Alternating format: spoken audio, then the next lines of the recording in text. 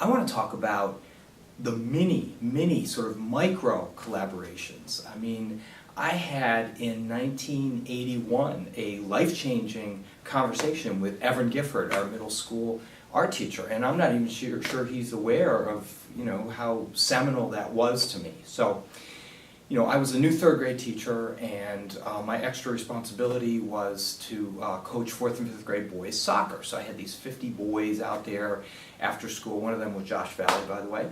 But anyway, I didn't know anything about coaching soccer. I didn't know about coaching, period. But even as a sport, I'd always played football. So I had connected with Evan, and so I knew that he was working with the varsity soccer team. He did that for many years.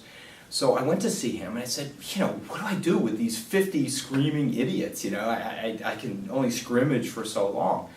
And so I had brought this book that I'd gotten from the library, and it had drills and stuff for soccer coaches. And so he looked at it, and he's like, yeah, David, these are good drills. And he sort of handed me the book back, and he said, but it's really just all about number of touches. Number of touches. And I said, number of touches? What's that about? And he said, well, you could have one ball for 22 boys and have them scrimmage. And then, they're playing, and in terms of what touches kids get, it's going to be actually very few, and it's probably going to be the best players and a few of them. Or you could design something that would have 11 balls for 22 players, where they're passing things back and forth and trying out skills, and then you're really maximizing the number of touches. And I said, okay, I get that. That's helpful, thank you. And I went off, and that helped, and was good for my soccer coaching. But then the real stuff began, where I started thinking about touches in my teaching.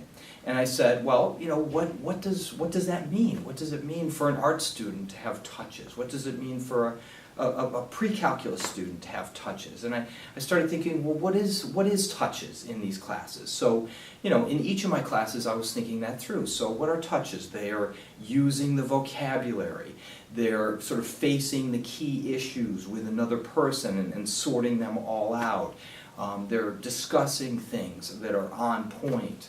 Obviously, working problems in math is certainly a good example of touches. Also, evaluating answers, and what about summarizing what has happened, extrapolating, interpolating, applying the ideas to other things. We could call each of these touches. So if I'm looking at this from a point of view of a soccer coach turned teacher, I'm saying, how can I maximize the number of touches in my classroom? And that has really been helpful in terms of setting up my lessons and all that stuff. And even in how I set up my classroom. I've always wanted to have these very modular desks, so I can put them in rows for quizzes, but I can also put them together. So maybe I'm lecturing, and that's kind of like a scrimmage where there's one person putting things out, and hopefully everybody's listening, but this kid's tired, and this kid's not paying attention, this kid figures he's looking for homework. So I might not even be getting all the touches that I'm thinking I'm getting.